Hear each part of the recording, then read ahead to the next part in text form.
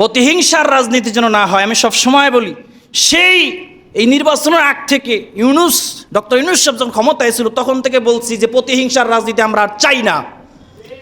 আমরা 5 আগস্টের পর আমরা চেয়েছিলাম ভ্রাতৃত্ব বন্ধন, রাজনৈতিক যার, কিন্তু আমরা সবাই মিলেমিশে ভ্রাতৃত্ব বন্ধনে আবদ্ধ হয়ে থাকবো। দাঙ্গা হাঙ্গামা মারামারি কাটাকাটি আমরা চাই না।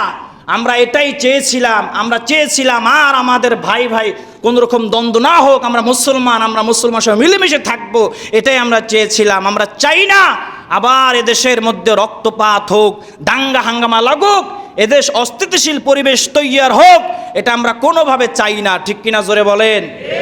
আপনি যে দল করেন, হ্যাঁ, মানুষ বলতে দুই এক দল ভালোবাসতেই পারে, ঠিক না?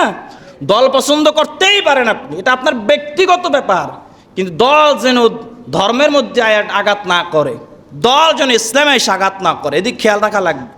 সবার ঊর্ধ্বে আমার ধর্ম, আমার ইসলাম। ঠিক কিনা জোরে বলেন? তারপরে আর বাকি সব। অতএব আমরা প্রতিহিংসার রাজনীতি করব। দ্বন্দ্ব থাকতেই পারে, রাজনৈতিক মাঠে দ্বন্দ্ব হবে, এটা স্বাভাবিক। এটা আমি যতই বলি না কইরেন না, কাজ হবে না, হবেই হবে। এটা সিস্টেম, গণতন্ত্রের সিস্টেম হবে, এর বিরুদ্ধে থাকবে। কিন্তু তাই বলে আপনারা একজন